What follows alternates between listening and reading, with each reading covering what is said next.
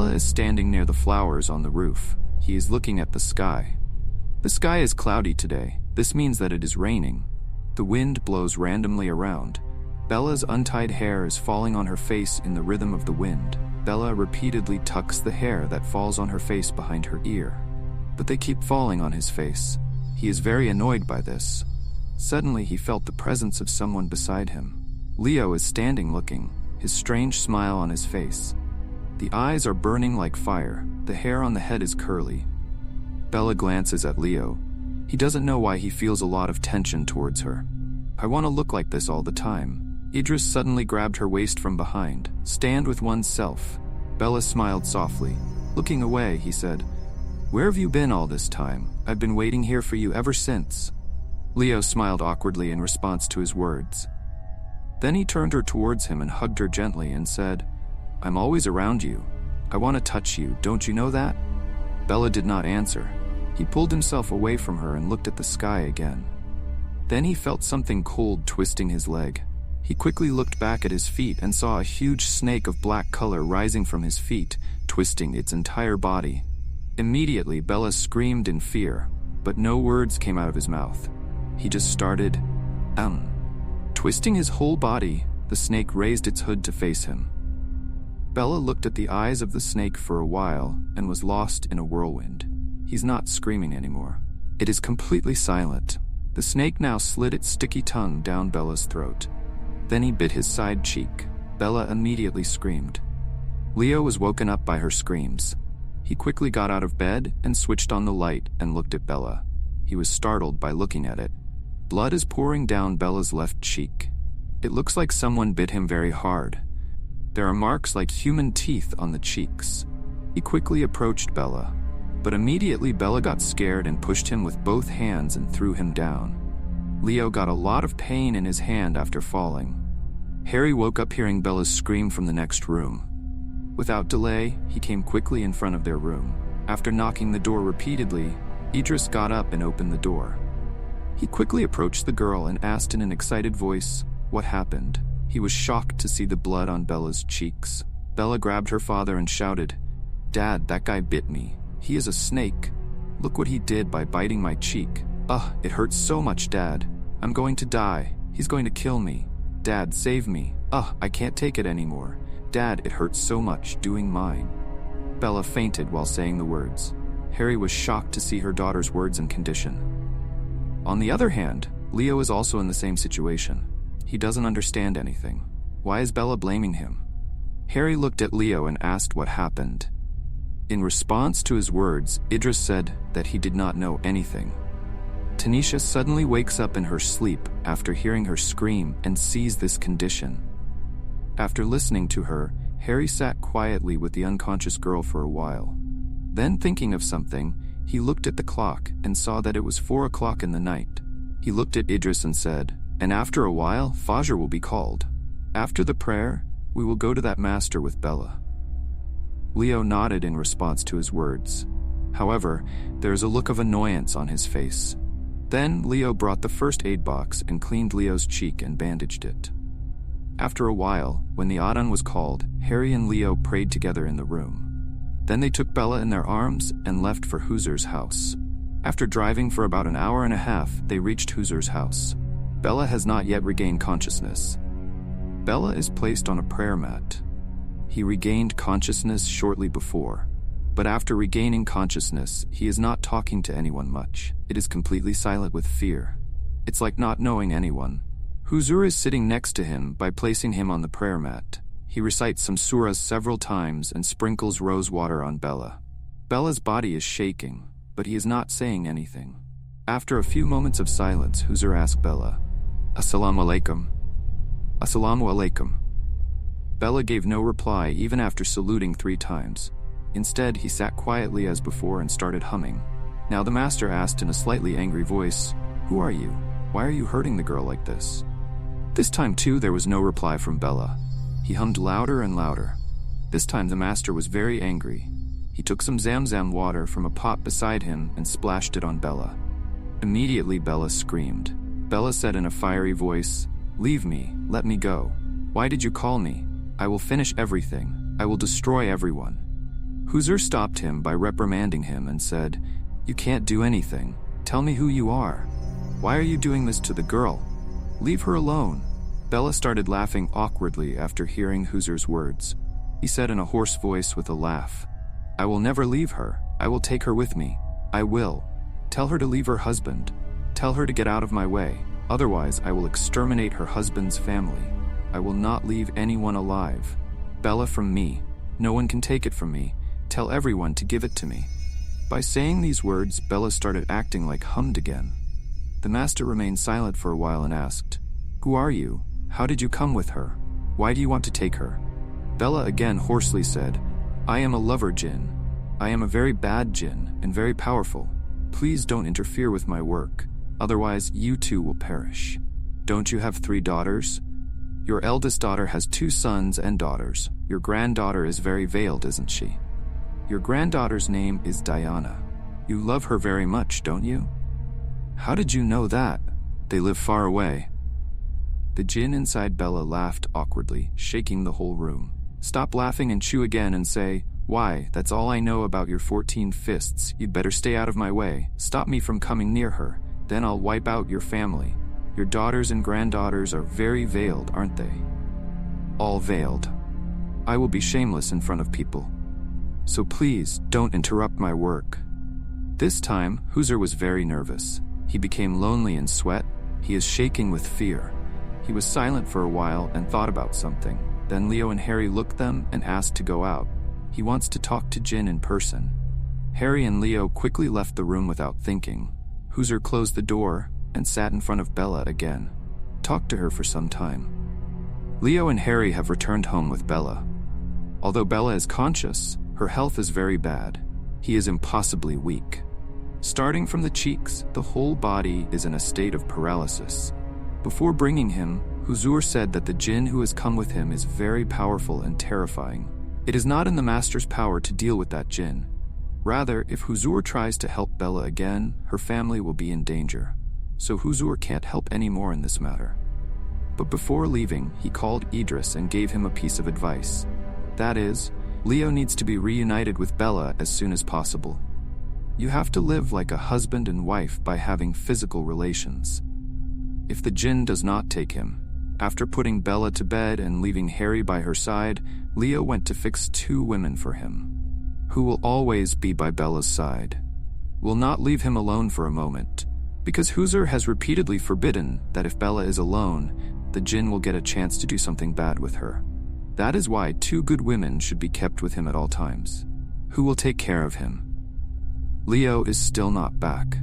Meanwhile, the Maghrib call to prayer has passed. As Bella's body is weak, she could not offer even a single prayer today. Biver is sleeping. Harry went to the washroom to perform ablution, thinking he would pray. As she goes to the bathroom, Bella dreams of an awkward-looking man in black shorts standing in front of her, an awkward smile on the man's face. The man does not have a thread on his body. His body is completely naked. Looking at him awkwardly, Bella quickly looked down at the man. He started to run away from the man, but it's no use. His legs don't want to move. The man came and stood next to Bella. His eyes are sparkling with happiness. Every time he goes to reach out to Bella, a gentle breeze hits his body. Immediately he fell asleep. Looking at Harry, he is giving prayers to him. Bella regains life in her body. He realizes that he has survived. Leo returned home with a 14-15-year-old girl around 10 o'clock at night. At that time, Bella read Esha prayer. He is quite healthy now. After much searching since that afternoon, Leo could not find anyone to keep Bella by his side. So finally, he was forced to collect this girl from an orphanage known to him. Leo has to take responsibility for all security of the girl and marry her off before bringing her from there. Both Harry and Bella are very happy to see the girl. The girl's complexion is dark brown. Height will be above 4.5 feet. The face is very charming. Eye color is dark black. Taking the girl beside her, Bella asks, "What is your name?" The girl answered with a serious expression, waving her hands. "Yes, my name is Angel." "Wow, what a beautiful name you have. Sweet just like you. Have you had anything to eat all day?" In response to his words, the girl nodded and agreed. It means he ate. Bella smiles and says, "Let's eat together now, then sleep. I'll show you to your room." After hearing his words, the girl named Angel nodded and agreed. Bella understands that the girl is upset, so he asked with a smile, "Are you upset? Are you having a hard time thinking you've left everyone at the ashram?" The girl doesn't answer. He raised his head and looked at her once again, lowering his head and moving his hands. Bella doesn't ask anything else. He took the girl's hand and sat her on the table. When Leo arrived, he brought food for everyone from outside. Everyone finished the dinner together. Then the girl is shown the room right next to Bella's room and asked to sleep. Then he himself came to the room. When he came to the room, Leo was sitting quietly on the bed. On seeing Bella, he quickly approached her and said, "Do you know how long I've been waiting for you, madam? Get ready now without delay. I'll take you somewhere." Bella frowned, surprised to know, "Where are you going again at this time of night? Look at the clock. It's almost 11:30 at night. What's the matter? Do I love you enough to take you out at night? I'm your husband, so I can take you anywhere in the middle of the night. And besides, I told my father, get ready now. No more questions." In response to his words, Bella will say something again, but Leo does not give her a chance to say anything. He quickly handed over a sari and asked to get ready. Bella says nothing more. Lakshi quietly gets ready like a girl with a little annoyance. The sari is very beautiful, very thin Georgette blue color sari. Bella feels very comfortable reading it on a hot summer day. She dresses up lightly with a matching sari. Then Leo stood in front of it. Leo glanced at him for a moment. Then he smiled and said, "You look amazing in a sari, Bella. You look very charming. But there's something missing. Wait, I will fix it." Saying this, he took out a flower carrot from his pocket and put it on Bella's head. Bella is quite shy. A shy smile appeared on his face. Leo took her hand and headed outside. He was surprised and quickly said, "What are you doing, Leo? I haven't taken off the veil yet. Where are we going like this?" "You'll see if you go. You're not going with a man who needs to wear a veil. And you're not going to a place where there are men. So there's no restriction on going without a veil." After saying the words, Leo took her by the hand and sat in the car without giving her a chance to say anything. Then all the windows of the car are closed and the car starts. The car continues at its own pace. Bella was looking out of the window for a while and fell asleep. After about a quarter of an hour, they stopped in front of a bungalow house. Leo quickly opened the car door and took Bella in his arms while she was sleeping. He entered the house by locking the car door somehow. There is no one there except two doormen. As the doorman came and opened the door, there was no problem in carrying him in his arms. He goes inside and puts Bella on the sofa and closes the door. Bella is still sleepy. Leo said softly to himself, "I wouldn't have understood how anyone could sleep like this after all this if I hadn't seen Bella. But I won't let him sleep today." Leo laughs mischievously at the thought. Bella gently kissed her forehead and gently held her hand and shook her. He sat up and looked around in surprise and said, "Leo, isn't this your bungalow house where you had a party 2 years ago? Where did I first meet you?" Leo smiles softly. Rubbing his nose with Bella's nose, he hugs her gently and says, "Yes, ma'am, you know right. This is the house where I fell in love for the first time. But why did you suddenly bring me here at night? That's why I have a surprise for you. Now come with me without asking questions." Saying this, he took Bella in his arms again without giving her a chance to say anything. Then he climbed the stairs to the upper floor. They stood in front of the upper middle room. He takes Bella off his lap and says, "Now open the door and step inside, madam. There's a surprise waiting for you here." Bella said nothing. He pushed the door and entered. As he stepped inside, he felt something fluffy under his feet. He looked ahead and saw that the entire room was dark. He called Leo's name in fear. Immediately, the whole room was lit up. Bella looked ahead and at her feet and saw only flowers and flowers. Spread flower petals all over the floor. The whole room is beautifully decorated with flowers, just like Bella's dream. A smile appeared on his face. A smile appeared on his face after walking a few steps and looking around the whole room. Then Leo came and hugged him from behind. At first, Bella was afraid of being caught suddenly. Leo put his mouth close to her ear and said, "Did my Bella like the surprise?" Bella nodded in agreement. Then he smiled and asked in a soft voice, Why did Idris organize all of this? Don't you get it? We've been married for over a week, and yet we haven't been able to form the relationship of husband and wife. I want you close to me, Tanisha. So close. The closer we get, the more our love will be perfect. Bella said nothing. He lowered his head with a shy face. Leo smiles. He left him and closed the door. Then I went to bed with Bella. While Leo and Bella are busy exchanging their love, suddenly a lot of wind started around the bungalow house. So much wind that the tops of the big flowers fell to the ground. No one among the porters had seen such a storm before. They are very scared. After reciting prayers, he ran into the bungalow and locked the door. They were trembling with fear. They have seen storms before, but never seen such a sudden storm without any forecast. And if it was only such a stormy wind, they would not be so afraid. There is another reason to be afraid, and that is, with the stormy wind, the tubs of flowers are floating in the air and crashing to the ground, as if someone has floated them in the air and thrown them to the ground with great anger. These things scared the gatekeepers very much.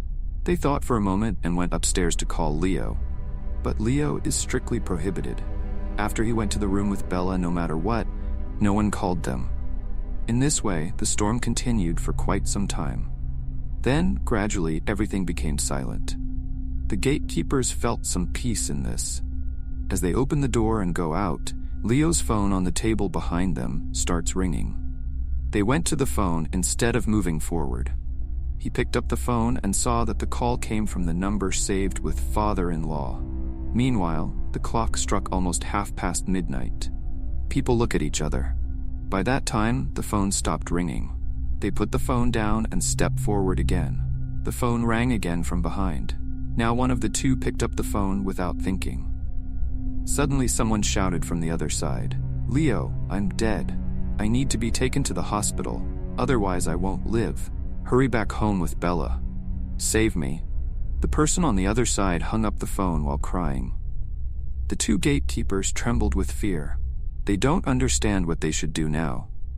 The one who had the phone said, "Let's call Brother Sir and tell him what his father-in-law said on the phone." Another said, "Sir, have you forgotten what you said? You forbade us to call him no matter what. If we call him now, he will get angry and take our jobs. And now, if we keep quiet after listening to this, don't tell anything to Sir. Then if something happens to Sir's father-in-law, and Sir says that his father-in-law died because of us, because we didn't tell him the right time, even then, we won't have a job. Let's inform Sir, otherwise we will be in danger if something happens later." Then the man quickly ran upstairs without waiting for the other's answer. To call Leo,